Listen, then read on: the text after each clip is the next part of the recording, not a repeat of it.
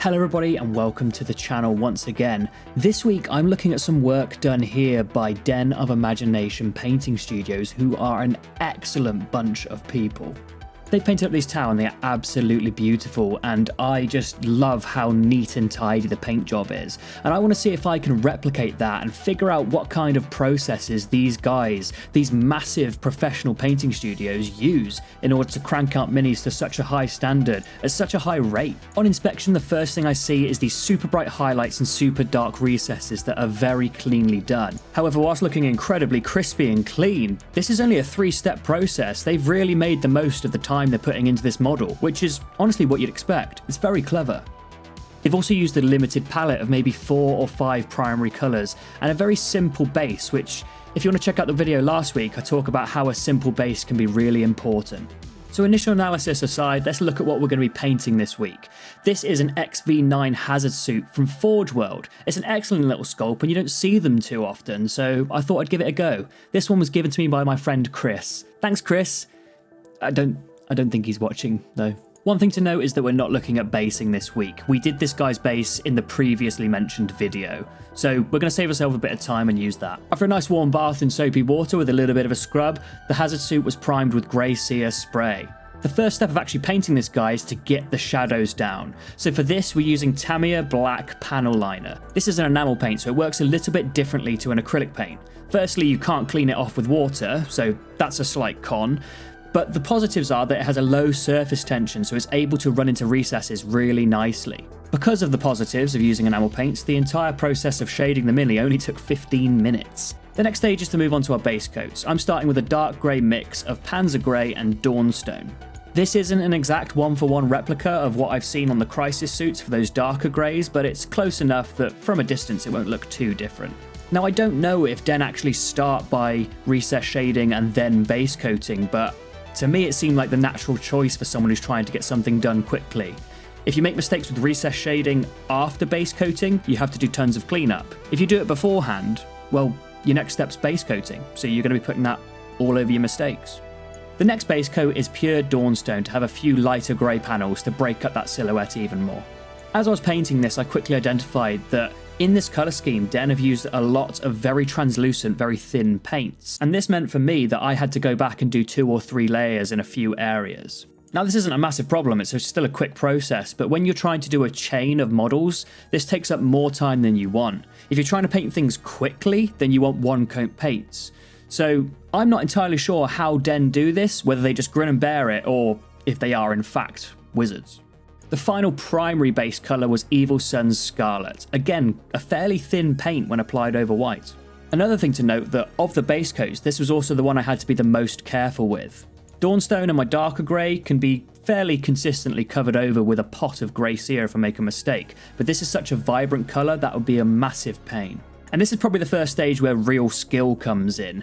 I'm not talking about mine, I'm talking about the commission painters who do this. If they make a mistake, they're setting themselves back several minutes and they're having to work to deadlines and quotas. So it's extra important that they get this right the first time round. It's fine to go back and add another layer of paint to increase the vibrancy, but if you're correcting yourself, reapplying and reapplying again, you're wasting valuable time.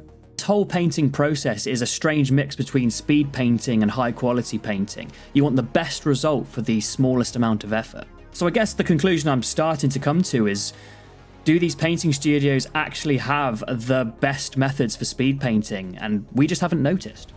Food for thought.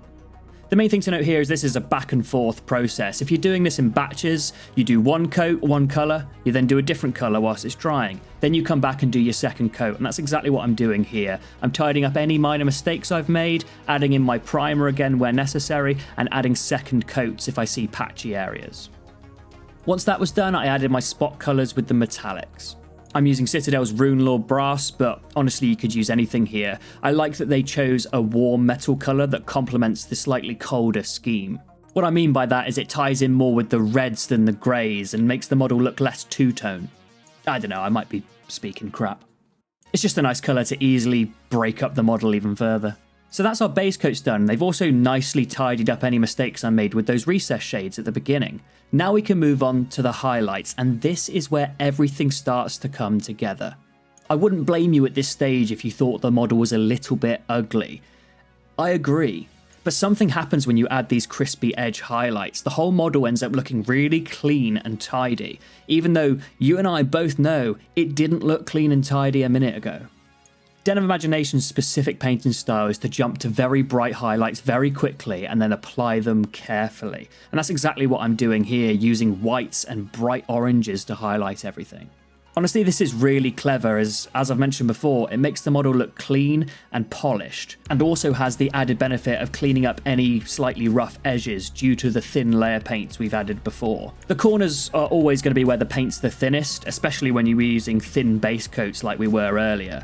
So these edge highlights, as well as making the model look absolutely awesome, they're kind of hiding some crimes.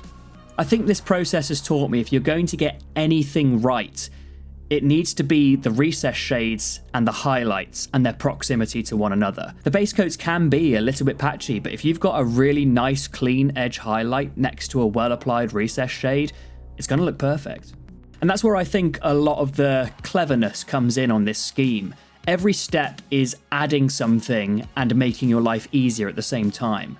Of course, it doesn't take away the brush control and skill that is required to do these edge highlights. Ultimately, it is still a skill-based enterprise. They're just making every step and every brushstroke count. Each layer I apply seems to be doing two things, covering up mistakes from before, as well as adding the next layer.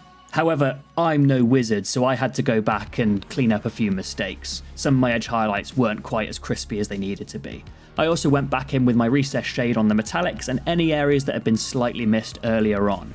And once this was done, I also took the opportunity to colour in any lenses with Calidor Sky and then highlight up using Lotherm Blue and then a mix of Lotherm Blue and white with a little specular highlight in the top right of those lenses.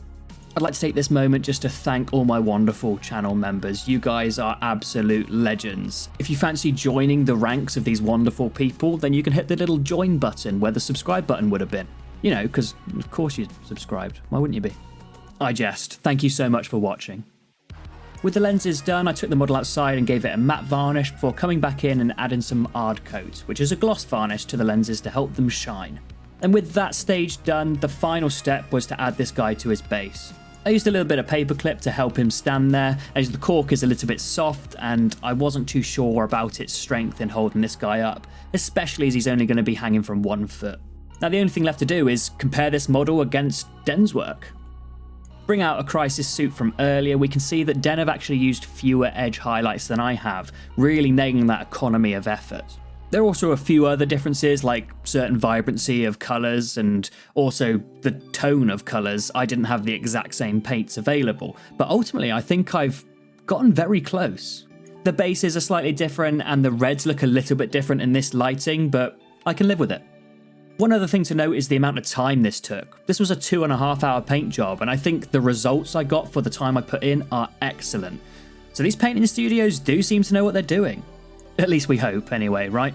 This was a real fun little video. If you'd like to see more comparisons, do let me know. I've been Sam, see you next time.